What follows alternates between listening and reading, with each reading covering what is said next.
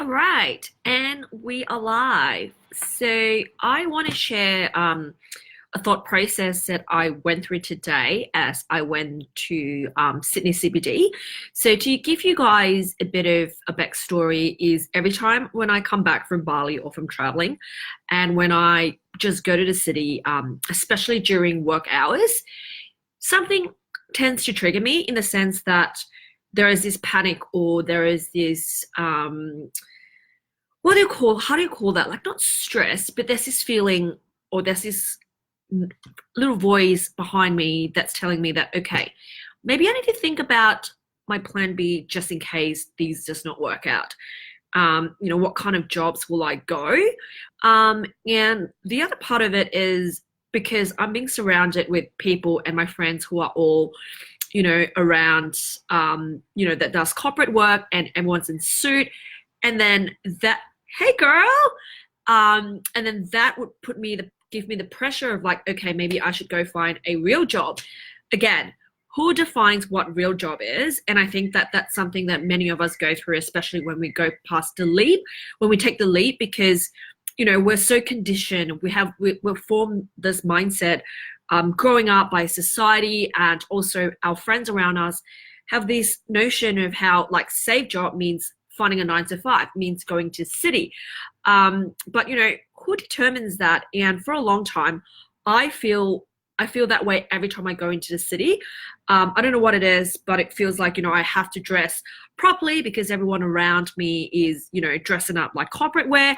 And don't get me wrong, I do like a good corporate wear every now and then. But, if I want to wear corporate wear, it should be because I feel like dressing smart that day, not because I feel like I have to fit in the crowd in the CBD, in the corporate world. So that's something that's really important. And I think that, as entrepreneurs, sometimes the thought of having plan B or the safe plan is what stops us from playing big, because deep down inside our head, we feel like, okay, our business might not work. Maybe this is too risky. Maybe this is just a phase that, I go through. So, while I'm working on this, I should probably also focus on, okay, what job do I need to look back, 2 years from now? Which essentially you're cock blocking yourself, and we all do that. I do that.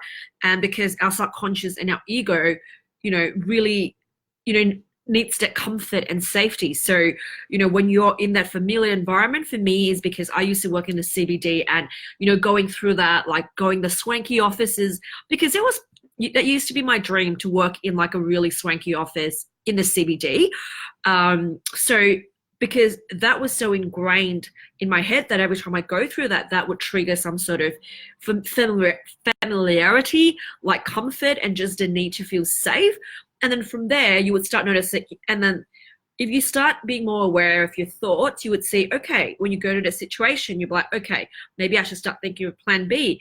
And then all the big dreams or the big goals that you have for your business or for yourself would kind of like, you start thinking that it's too unrealistic, because the realistic goal would become finding a 9 to 5 job again. So that is something that I've noticed. And the way to get past this is, first of all, to be aware of your thoughts and, really just observe it as it is. Just observe it as when it comes through, and also acknowledge that the realistic or the norm is set by the society. So essentially, just because it has been done for, I don't know, 50, 100 years doesn't mean that that is the norm.